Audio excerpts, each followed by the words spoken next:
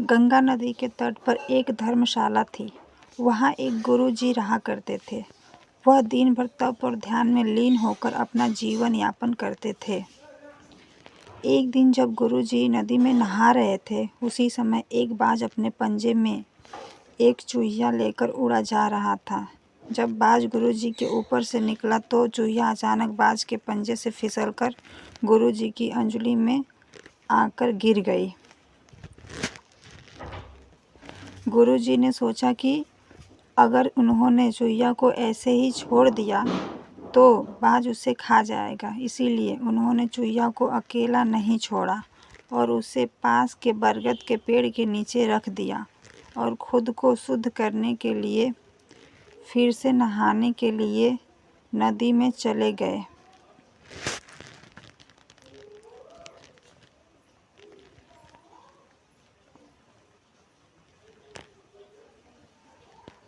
नहाने के बाद गुरुजी ने अपनी शक्तियों का इस्तेमाल करके चूहिया को एक छोटी लड़की में बदल दिया और अपने साथ आश्रम ले गए। गुरुजी ने आश्रम पहुंचकर सारी बात अपनी पत्नी को बताई और कहा कि हमारी कोई संतान नहीं है, इसीलिए इसे ईश्वर का वरदान समझकर स्वीकार करो और इसका अच्छे से लालन पालन करो।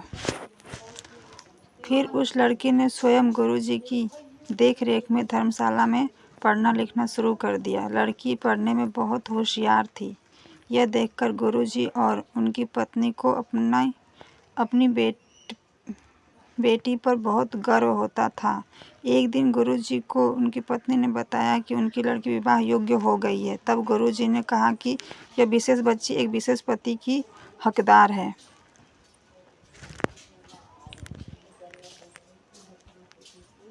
अगली सुबह अपनी शक्तियों का उपयोग करते हुए गुरुजी ने सूर्यदेव को प्रार्थना की और पूछा, हे सूर्यदेव, क्या आप मेरी बेटी के साथ विवाह करेंगे?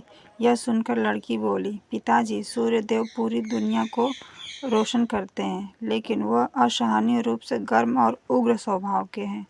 मैं उनसे शादी नहीं कर सकती। कृपया मेरे लिए एक बेहतर पति की तलाश करें। गुरुजी ने आश्चर्य से पूछा, सूर्यदेव से बेहतर कौन हो सकता है? इस पर सूर्यदेव ने सलाह दी, आप बादलों के राजा से बात कर सकते हैं। वह मुझसे बेहतर है क्योंकि वह मुझे और मेरे प्रकाश को ढक सकते हैं। इसके बाद गुरुजी ने अपनी शक्तियों का उपयोग करते हुए बादलों के राजा को बुलाया और कहा, कृपया मेरी बेटी को स्वीकार करें। मैं चाहता हूँ कि अगर बेटी की स्वीकृति हो तो आप उससे शादी करें। इस पर बेटी ने कहा, पिताजी, बादलों का राजा काला, गीला और बहुत ठंडा होता है। मैं उससे शादी नहीं करना चाहती। कृपया मेरे लिए एक बेहतर पति की तलाश करें। गुरुजी ने फिर से आश्चर्य में पूछा, भला बादलों के राजा से भी बेहतर कौन हो सकता है?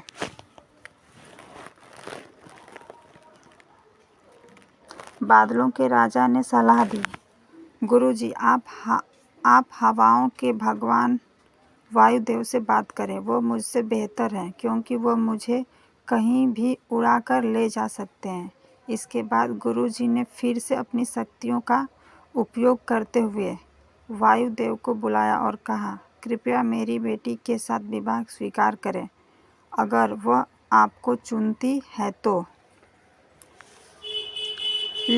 लेकिन बेटी ने वायुदेव से भी विवाह करने से इनकार कर दिया और कहा, पिताजी, वायुदेव बहुत तेज हैं। वह अपनी दिशा बदलते रहते हैं।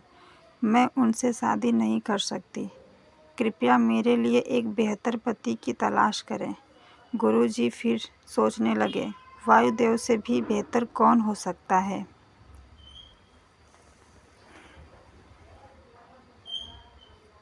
इस पर वायुदेव ने सलाह दी, आप पहाड़ों के राजा से इस विषय में बात कर सकते हैं।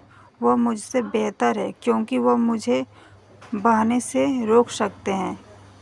इसके बाद गुरुजी ने अपनी शक्तियों का उपयोग करते हुए पहाड़ों के राजा को बुलाया और कहा, कृपया मेरी बेटी का हाथ स्वीकार करें। मैं चाहता हूँ कि अगर वह आपको पसंद करती है तो आप उससे शादी करें।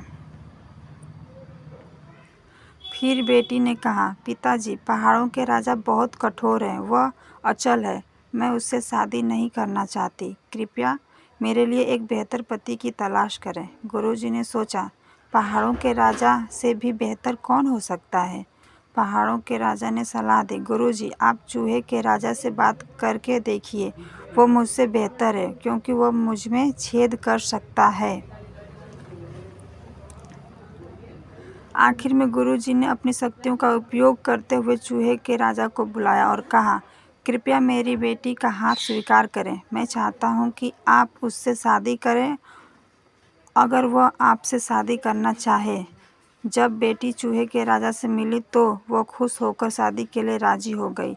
गुरुजी ने अपनी बेटी को सुंदर चूहे के रूप में वापस बदल दिया। इस प्रकार गुरुजी की बेटी चूहे का स्वयंवर संपन्न हुआ।